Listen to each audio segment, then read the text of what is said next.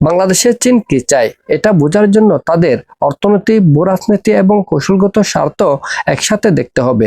সংক্ষেপে বললে বাংলাদেশের চীন শুধুমাত্র ব্যবসা নয়, বরং দীর্ঘমেয়াদী প্রভাব এবং অবস্থান নিশ্চিত করতে চায়।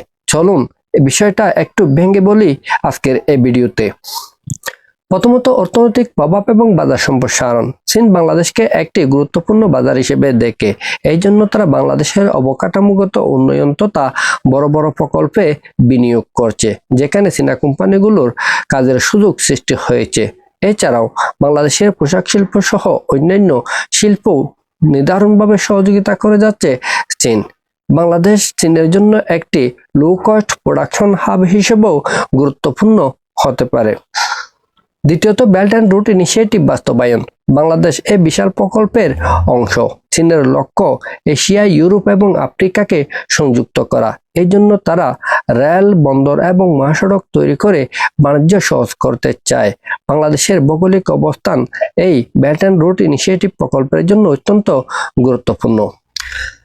তৃতীয়ত, বঙ্গোপসাগরে কৌশলগত উপস্থিতি। বাংলাদেশের অবস্থান বঙ্গোপসাগরের অঞ্চলে, যা খুবই কৌশলগত।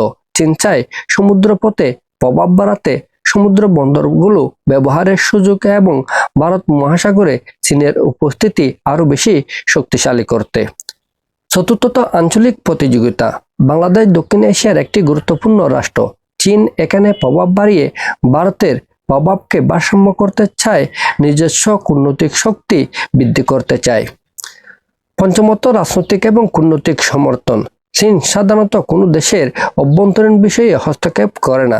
তাদের লক্ষ্য হলো আন্তর্জাতিক ফোরামে বাংলাদেশকে কাছে পাওয়া, তাদের নীতির প্রতি বাংলাদেশের সমর্থন নিশ্চিত করা। সংক্ষেপে বললে বাংলাদেশে চীনের মূল লক্ষ্য তিনটি: 1. অর্থনৈতিক প্রভাব বৃদ্ধি, 2. কৌশলগত অবস্থান শক্তিশালী করা, 3.